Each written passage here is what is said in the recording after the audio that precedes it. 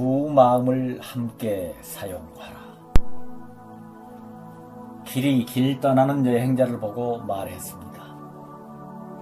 그대가 가는 그 길엔 평평한 길도 있고 오르막길도 있으며 내리막길도 있을 것이다. 물길도 있고 불길도 있을 것이다. 큰 길도 있고 작은 길도 있으며 살 길도 있고 죽을 길도 있을 것이다. 길인 곳도 있고 길 아닌 곳도 있으며 막힌 길도 있고 트인 길도 있다. 혼자만의 길도 있고 같이 가는 길도 있으며 가야 할 길도 있고 가지 말아야 할 길도 있다. 스승이시여, 여행자는 길 떠나는 설렘으로 잠을 설칠 지경입니다. 부디 제게 여행을 잘하는 비결을 가르쳐 주십시오. 여행자여, 그대가 가는 그 길은 새로운 경험의 길이다. 여행자는 길과 그 길에서 얻는 새로움을 먹고 산다. 이 새로움은 두 가지 성분으로 이루어져 있으니 하나는 약이요 또 하나는 독이다. 잘 먹으면 약이 되나 잘못 먹으면 독이 된다. 그것은 본래 같은 것에서 나왔으나 나와서는 둘이 되었다. 그것을 말해 약과 독의 이중성이라 한다. 여행자여, 길 떠나는 그대를 위하여 두 마음을 주노니 하나는 경험하는 마음이고 또 하나는 그 경험하는 마음을 비추는 마음이다. 경험을 비추는 마음을 다른 말로 거울의식이라 부르기도 한다. 우리의 삶은 여행에 비유된다. 여행자가 추구하는 게 무엇인가? 다름 아닌 새로운 경험이다. 여행자는 새로운 경험을 창조하고 그것을 맛본다. 그 경험을 통해서 참된 자기 자신을 깨달아 간다. 지구별의 마실을 나온 여행객들의 근본적인 목적이 있다면 그것은 자기 발견과 자기 창조가 될 것이다. 여행을 통해서 자기 자신이 누구인지를 깨닫는 것이 하나요. 그 깨달음을 통해 자기만의 삶을 창조하는 것이 둘이다. 이 둘은 이 땅을 여행하는 여행객들이 반드시 거쳐야 하는 경험의 과정인 것이다. 그런데 경험하는 마음은 자칫 경험의 독에 중독되기 쉽다. 내 여행자를 위하여 치유와 예방의 약을 함께 처방하였으니 바로 비추는 마음이 그것이다. 예방과 치유를 위해 꼭 필요할 것이니 바르게 잘 사용하도록 하라. 여행자여, 새로움을 경험할 땐 반드시 두 마음을 함께 사용해야 한다. 비추는 마음이 없이 새로움을 경험하면 경험의 독에 중독될 수 있다. 그리하여 경험은 고통이 되고 경험이 계속될수록 마음은 고통의 미로에 빠져 헤어나올 수 없게 될 것이다.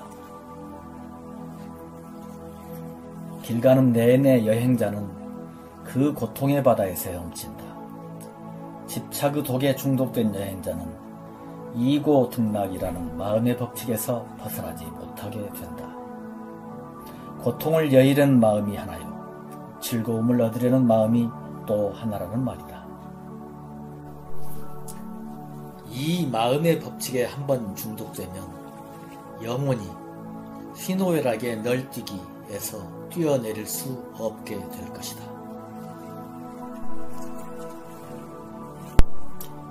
여행자여, 경험 속에 감춘 독을 제거하여 경험이 주는 새로움을 온전히 맞으려거든 비추는 마음을 잘 사용하라.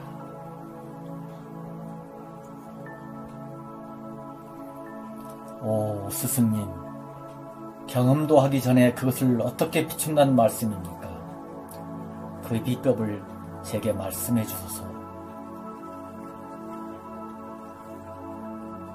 경험이란 여행자에겐 늘 새로운 손입니다. 여행자의 길은 다름 아닌 경험의 길이기 때문이다. 길을 가는 내내 눈 뜨자마자 날이면 날마다 지금 여기 지금 이 순간에 만나는 게 경험이란 손님이 아니더냐. 같은 손님이 오는 법은 없다. 늘 다른 손님이 온다. 손님은 새로움 그 자체다. 변화무쌍하다. 그러니 이 손님을 어찌하랴? 덥석 끌어안으랴? 무섭다고 도망치랴? 손님은 생생하게 살아있어 천변만화하는 물결이다. 파도다. 물 자체다. 그 물에 빠지지 말라. 희노애락의 물결에 덥석 뛰어들지 말라. 그곳은 약과 독의 이중성이 출렁이는 물결이다. 그 물결에 빠지지도 말고 그 물결을 피해 달아나지도 말라. 그대는 희노애락을 널뛰는 물결이다. 물결이 바다로부터 물 자체로부터 도망친다는 게 말이 되는가? 물결은 다시 말해 경험하는 마음이다. 그 마음을 비추라. 그 경험을 비추라. 보는 마음, 듣는 마음, 희노애락의 마음, 이고등락의 마음을 비추라. 그 집착의 마음을 비추라. 그 물결을 비추라. 좋아하고 싫어하고 멍 때리는 그 마음을 비추라. 보는 마음을 지켜보라. 그 지켜보는 마음을 지켜보라. 스승이시여, 여행자는 이제 설렘보다 걱정이 앞섭니다.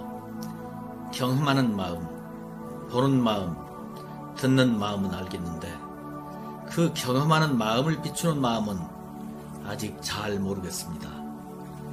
미력하고 아둔한 제자에게 마음을 비추는 마음이란 무엇인지 말씀해 주소서. 어떻게 비추어야 합니까? 여행자여, 두려워 말라. 걱정, 근심, 염려, 불안, 초조, 긴장을 내려놓으라. 용기를 내라. 기쁨 가득한 흥미를 가지고 그대의 길을 가라. 그 길을 탐사하라.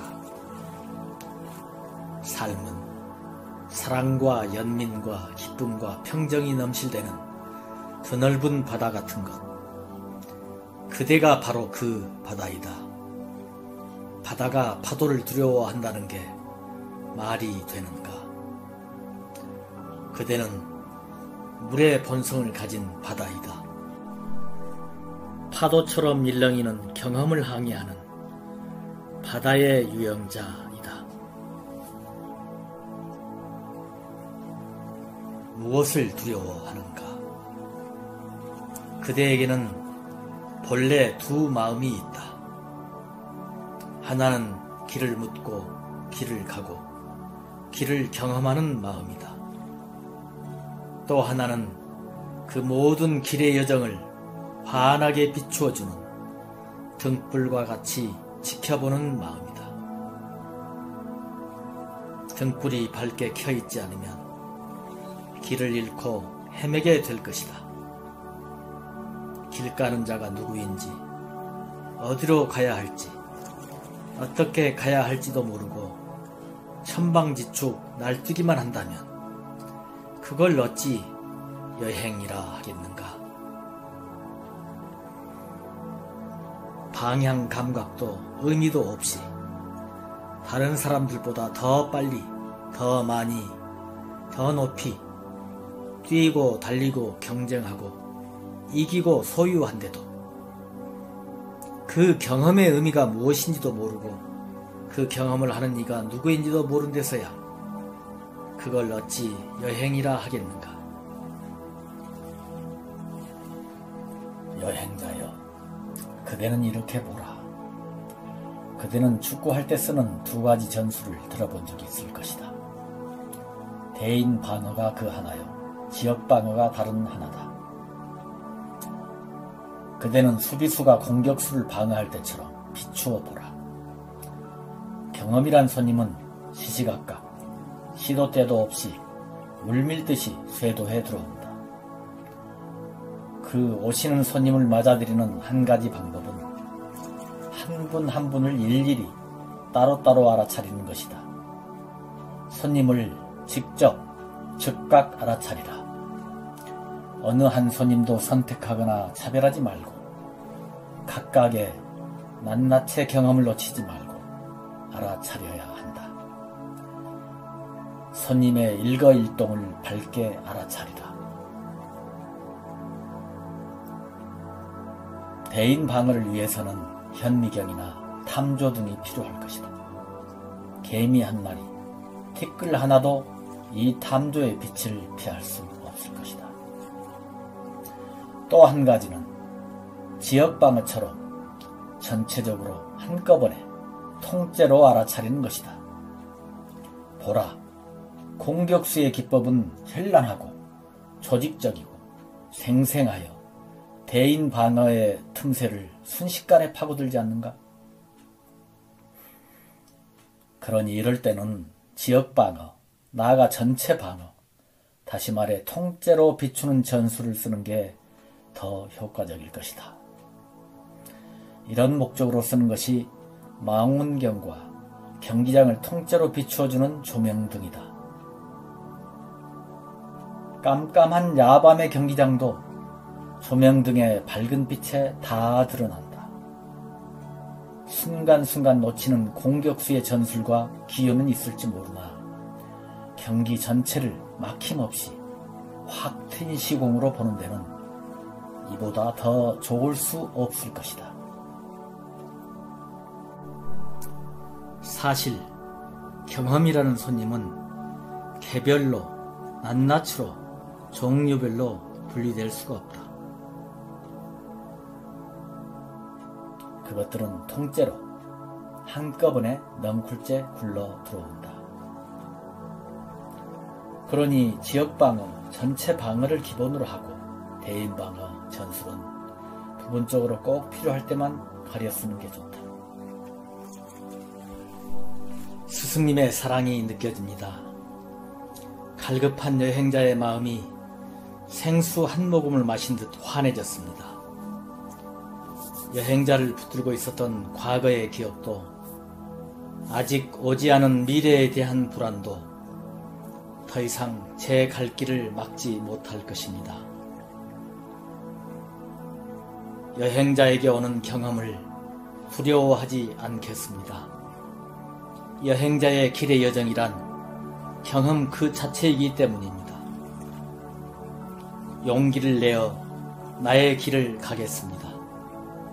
그 길에서 만나는 모든 경험을 비출 수 있도록 꺼지지 않는 자각의 등불을 환히 밝히겠습니다. 경험이란 손님 속에 빠지지도 않고 달아나지도 않으며 그 경험을 비추는 자각의 등불 아래 논일겠습니다. 스승이시여, 그렇게 하면 되겠습니까?